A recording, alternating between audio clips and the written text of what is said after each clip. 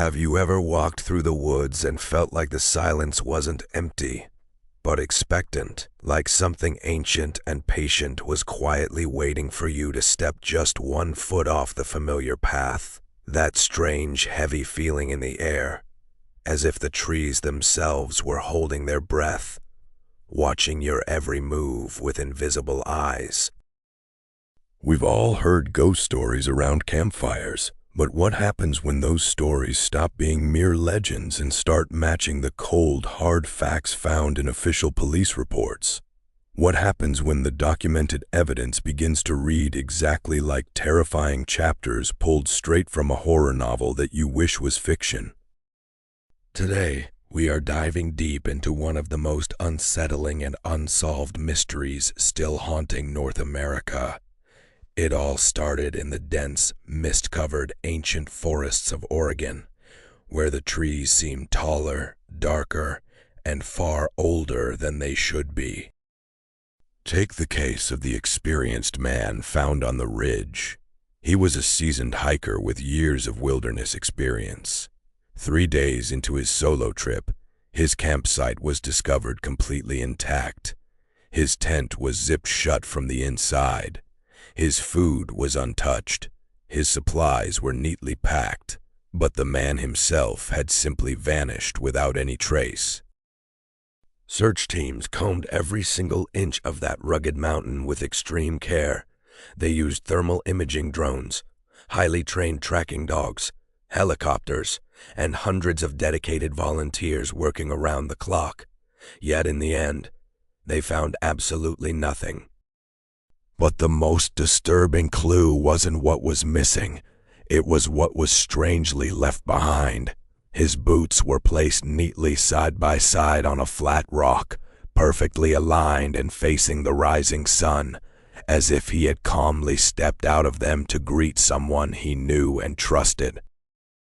Over the last decade, there have been at least 5 similar and deeply disturbing disappearances in this same tight cluster of remote forests. In every single official report, investigators repeatedly noted the same impossible detail: the complete and total lack of any physical evidence at all. And then there are the rare survivors who live to tell their stories. They all speak with trembling voices about the mimic. They describe encountering a haunting, distinct, and eerily familiar sound drifting slowly through the thick trees. They say that when they were deep in the heart of the woods, far from any help, they suddenly heard their own voices calling out to them, a voice calling their name clearly from behind a thicket of bushes, sounding completely real and urgent.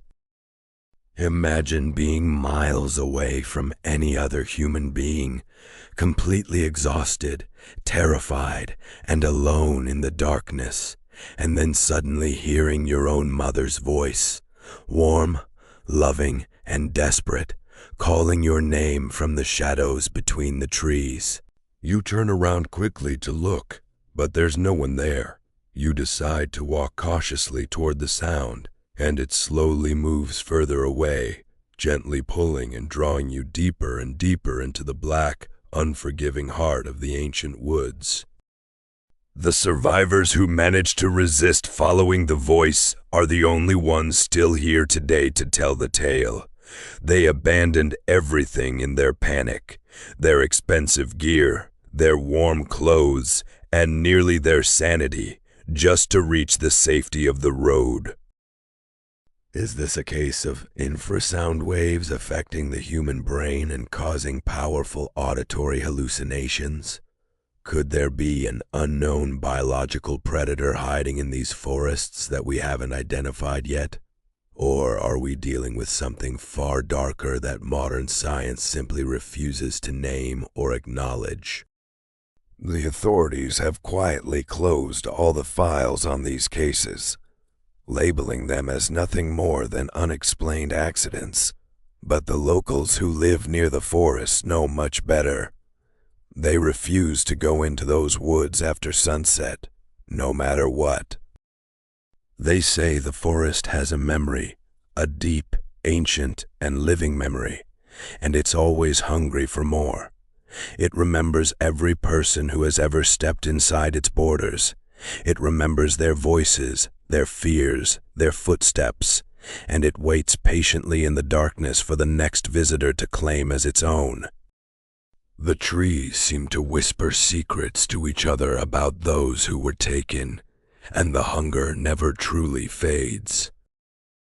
We are left with so many disturbing questions that continue to haunt us long after the story ends. If you were standing all alone in those deep, misty woods at twilight, and you suddenly heard your own voice, clear, familiar, and pleading, calling your name softly from the shadows between the trees, what would you do in that terrifying moment? Would you have the incredible inner strength and willpower to turn around immediately and run as fast as you possibly could toward safety? Or would the powerful pull of curiosity, that dangerous human need to understand and to know, prove to be far too strong to resist, ultimately leading you further into the unknown? The forest is still there, vast, silent, and patiently waiting. It has been waiting for a very long time, and every single year, new hikers and adventurers decide to walk those same trails, full of excitement and confidence, completely unaware of the danger that may be silently watching them from within the trees. They walk deeper into the woods, unaware that they might be walking straight into a heavy, unnatural silence.